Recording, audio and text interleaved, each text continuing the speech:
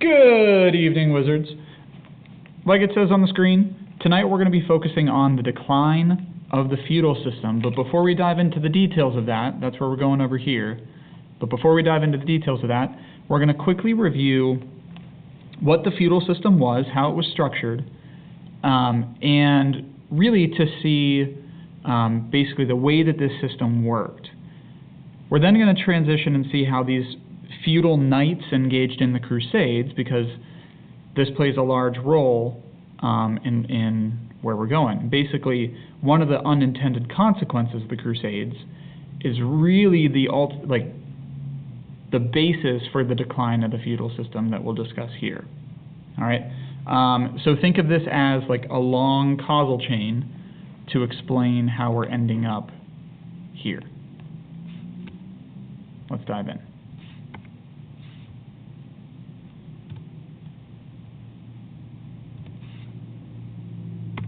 All right. So, focusing on the feudal system first. And basically, feudalism develops after the fall of Rome. It's the fall of Rome that leads to this disorder in Western Europe. The Roman Empire isn't there to pay soldiers to provide protection. Also, we studied how after the fall of Rome, there's not enough tax revenue to pay for the roads to be repaired and upkept. So because of that, you don't have protection, you don't have good roads, and trade declines. So we have two problems here. One, people are getting invaded from the outside and there's no army there to protect them. And second, because there's no trade, the economy collapses and people lose the way to provide for their families and to make a living. And basically, the feudal system is established to help meet these needs, to help provide protection, to help give people a way to provide for their families. So here's the situation in Western Europe. There's a lack of trade. Western Europe is relatively isolated, and you have this situation where you have a lot of nobles who have lots of land, but they don't have a lot of cash, right? The Roman Empire isn't making coins anymore because the Roman Empire doesn't exist. And plus, people make money through trade. So if the trade isn't happening, there's not a lot of cash flowing around to drive this economy.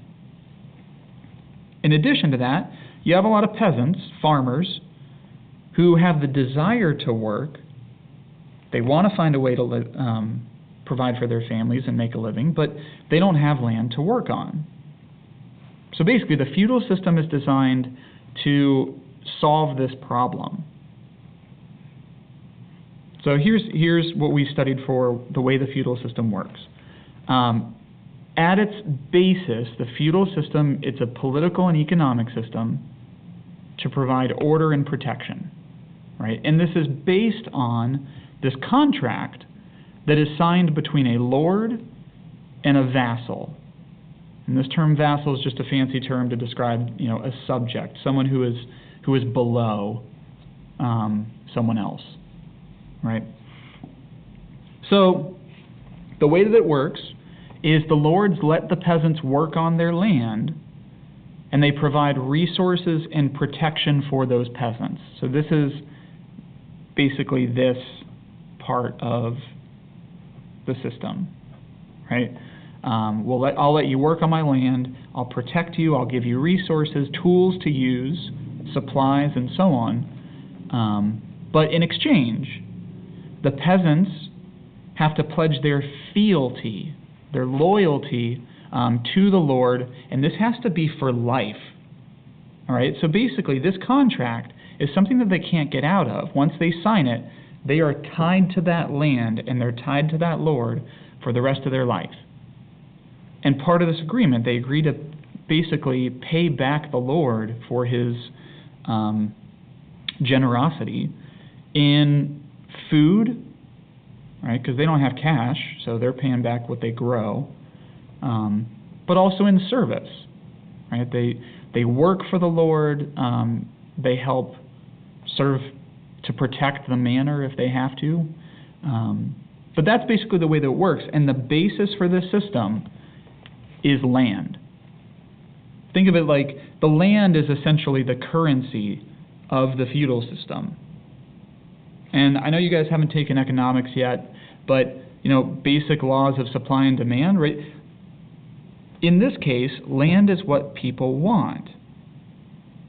There's not a lot of it. It's controlled by the nobles, and there's a lot of people, there's plenty of workers to go around.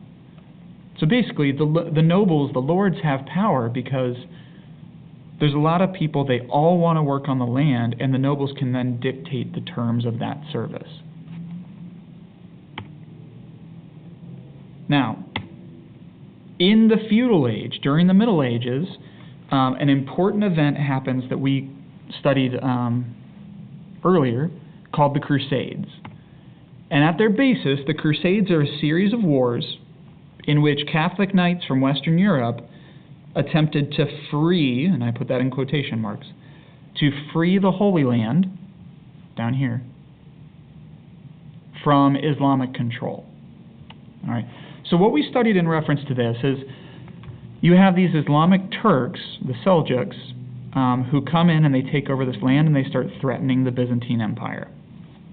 So the Byzantine Emperor freaks out, sends a letter to the Pope in Rome, and the Pope, seizing an opportunity to gain power and influence, basically tells these knights throughout Western Europe that they need to defend the land of God. They need to fight for Christ and go over here to try and defeat and kick out these quote-unquote evil Muslims.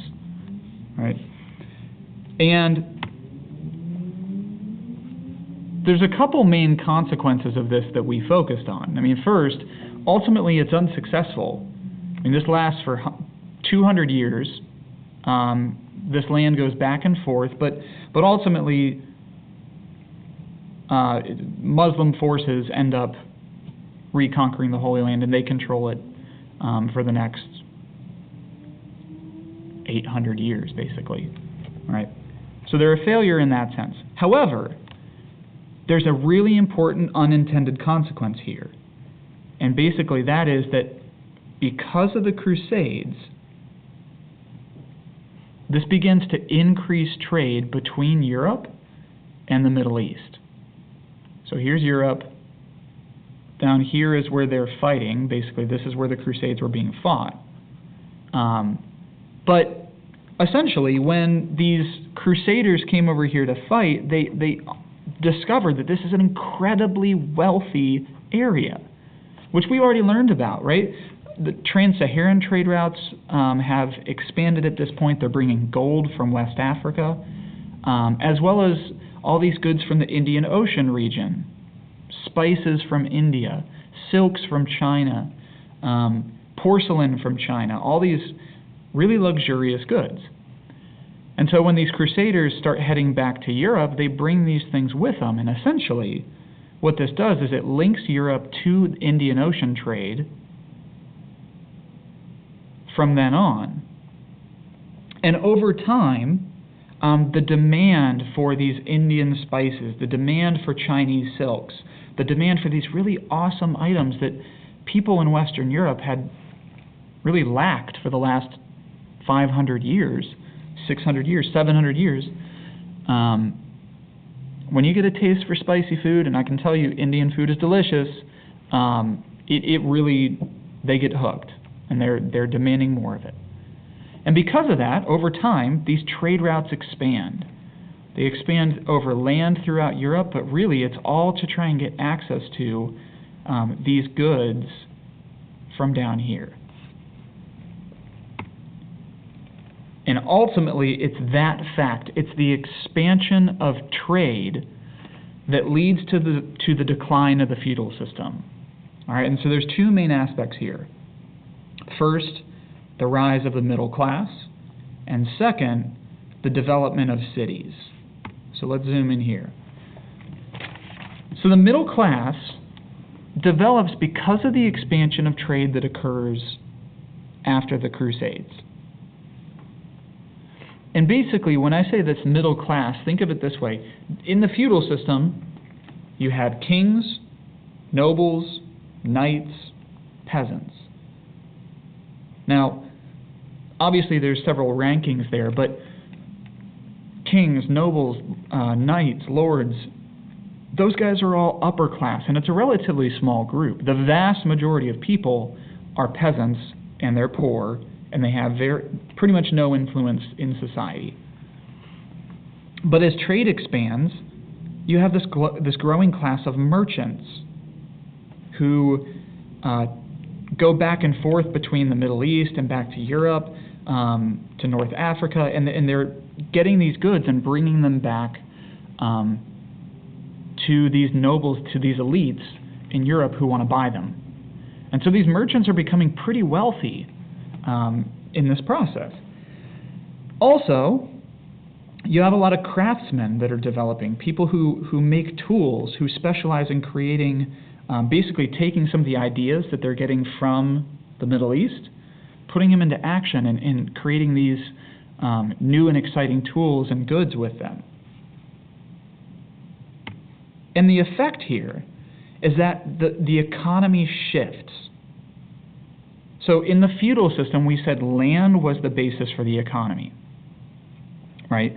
There's all these peasants who can't make a living, and they go to the lords and work for him because they want access to the land. Well, now you have people who are making a living not through the land, but by trading. This is based on commerce. It's based on cash, right? So these guys are creating goods and they're selling them for cash to other people. And this really starts to challenge the basis of the feudal system. Now, the second part of this is the development of cities. All right? So this is an example of a medieval city. And you guys can see, it's walled. There's a lot of security here. And within the walls of the city, you have this town. This is probably a church, different fortifications, and so on. There's a protected harbor. But basically, this is where these ships would come in to drop off the supplies.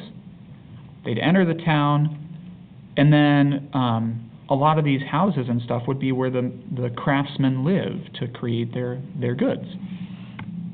And so essentially, these cities grow as centers of trade. They're where these things come in, where people buy and sell stuff from around the Mediterranean, from the Indian Ocean region, and so on. And the reality is that these cities serve as an alternative to the feudal system. And this is really in two ways. All right. So the first alternative is in relation to free Europeans, people in Europe who are not already under the obligation of a lord. All right. So these free Europeans now have two options in their lives when they're trying to figure out how to make a living. One, they could go the feudal route. They could sign a contract with a lord, become a peasant, live on the lord's land and work for him in that way.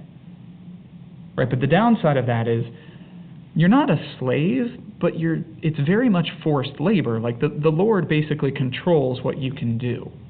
And you're not allowed to leave his property without his permission. You could be killed if you tried to sneak away. Your other option, instead of signing a contract with the lord, move to the city. Try and become a businessman. Try and become a merchant. Learn a craft. And so a lot of people start moving into these cities because they see a lot more freedom there. So that's the one option. That's the first alternative that these cities provide in terms of the feudal system.